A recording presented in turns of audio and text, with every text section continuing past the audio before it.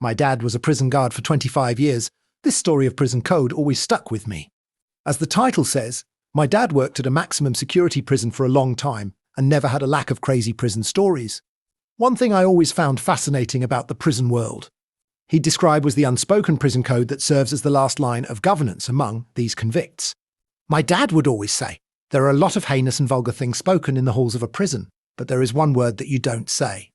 One word in there can get you killed, quite literally. The word is snitch. While most people know the saying snitches get stitches, I don't think the average person understands just how serious the matter is in the prison world. So allow me to help you understand. My dad said when he was a newer officer, he had a prisoner that would just give him hell every single day. He would do his rounds, and this prisoner would curse him out, say things that were just completely over the line, even for a prisoner. Imagine the worst things you could say about a person's family, kids. This person would not ease up, either. And my father grew frustrated with it.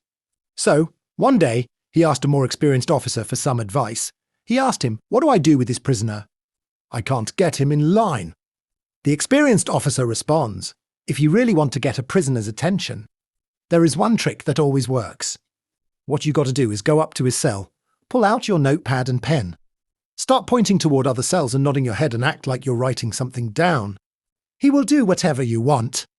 So, that's what he did. He walked up to the prisoner's cell and the prisoner instantly greeted him with extreme vulgarity, as he usually would. My father pulls out his notepad and pen, says, "Oh really? Him?" and he points across the block to a random cell. He said the prisoner's face dropped instantly. The recognition of what was happening to him had set in. He ripped out of his bed and ran straight to the cell door, the look of ice-cold fear on his face. He instantly says in a hushed tone, "Please stop. I'll do anything you want. I won't say anything anymore.